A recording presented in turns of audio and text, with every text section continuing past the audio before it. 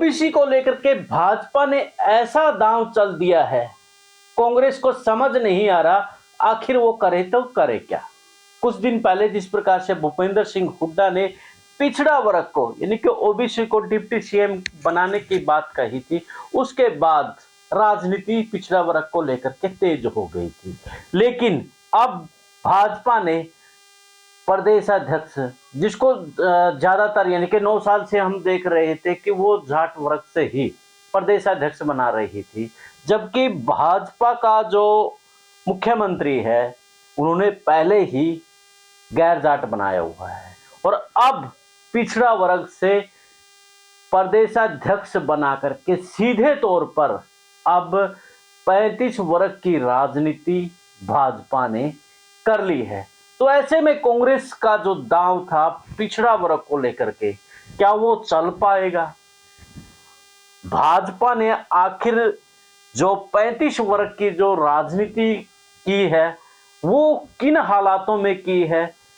JJP के सहारे बेशक से एक वर्ग को छोड़ दिया हो और जो 35 वर्ग हो भाजपा ने अपनी तरफ करने की रणनीति बना ली हो, तो क्या वो सब कामयाब हो पाएगा? सबसे बड़ी बात इसमें यही है कि मनोहर लाल खट्टर ने अपना खासम खास को जगह दे करके अपनी पावर दिखा दी है और साथ में जिस प्रकार से ओम प्रकाश धनखड़ और मनोहर लाल के बीच में जो अनबन थी, जिससे कि संगठन और चुनाव को लेकर के जो दिक्कत थी वो तमाम दूर कर दी है। करते हैं इसी पर चर्चा से पहले चैनल को फॉलो जरूर कर लें ताकि देश और प्रदेश की खबरें आप तक पहुंचती रहें। सभी का नमस्कार, राम राम। मैं कुलदीप खंडेलवाल, दावी सप्रेम न्यूज और हरियाणा न्यूज। पिछड़ा वर्ग को लेकर के राजनीति तेज हो रही है। हालांकि पिछड़ा वर्ग में भी दो कैटेगरी है। एक जो लोग पिछड़ा वर्ग में वो आते हैं जो कि राजनीतिक रूप से भागीदारी कम है। एक में वो पिछड़ा वर्ग होता है, यानी कि खास तौर पर उनको कागजी पिछड़ा वर्ग बोला जाता है। एक पिछड़ा वर्ग, एक अन्य पिछड़ा वर्ग। जो मुख्य तौर पर पिछड़ा वर्ग है ना, वो आज भी राजनीति में पीछे है। अगर नायब सैनी की जगह रामचंद्र जांगड़ा को अगर प्रदेशाध्यक्ष बनाया जाता तो कहीं ना कहीं कहा जा सकता था कि पिछड़े का दांव बड़ा भाजपा ने कसूर चला है।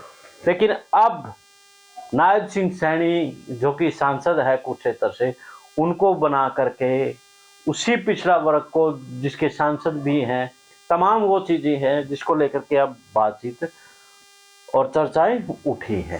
खैर, मनोहर लाल खट्टर को लेकर के और ओम प्रकाश धनखड़ के बीच में अनबन की खबरें काफी समय से राजनीतिक गलियारों में फैल रही थी और कहा जा रहा था कि ओम प्रकाश धनखड़ सिर्फ अपने वर्ग को लेकर के ही संगठन में प्राथमिकता दे रहे हैं, जिससे दूसरे जो 35 वर्ग जो वोट पे सरकार बना रही है उसी की नहीं सुन रहा है।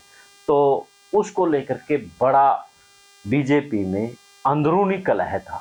उसी कलह को मिटाने के लिए मनोहर लाल खट्टर से जानकारी ली गई थी। उससे पहले जिलाध्यक्षों से मीटिंग ली गई थी और एकदम से नायब सिंह सैनी को प्रदेशाध्यक्ष बना दिया गया है। अब जिस प्रकार से हरियाणा में एक वर्ग बनाम 35 बनाम का जो पूरा चुनाव माहौल बनाया जाता है, तो भाजपा ने वो अपनी तरफ करने का पूरा प्लान तैयार कर लिया है, क्योंकि सीएम पहले ही 35 वर्ग में से था, तो वही प्रदेशाध्यक्ष बीजेपी दोनों तरफ से खेलती थी। वो एक बैलेंस बनाने की कोशिश करती थी कि जो प्रदेशाध्यक्ष हो खास तौर पर वो तो कम से कम एक वर्ग से हो, लेकिन अब पूरा मामला उन्होंने 35 वर्ग की तरफ कर लिया है। हालांकि बड़ी तेज राजनीति खेलते नजर आ रही है बीजेपी, जो जेजेपी से गठबंधन रखते हुए जो वो वोट बैंक है जिसकी जरूरत बीजेपी को है, वो जेजेपी के मार्फत वो उनके पास पहुंचने वाला तो है ही।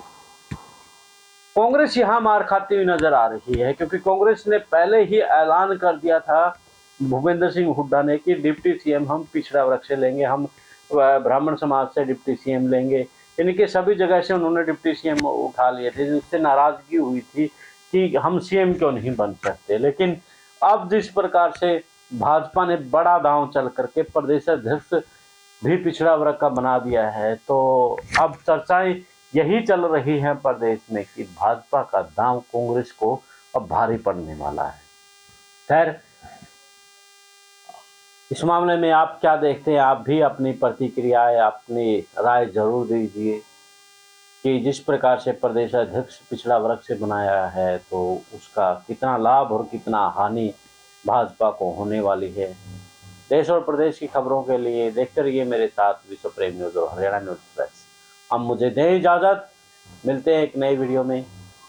जिंदाबाद।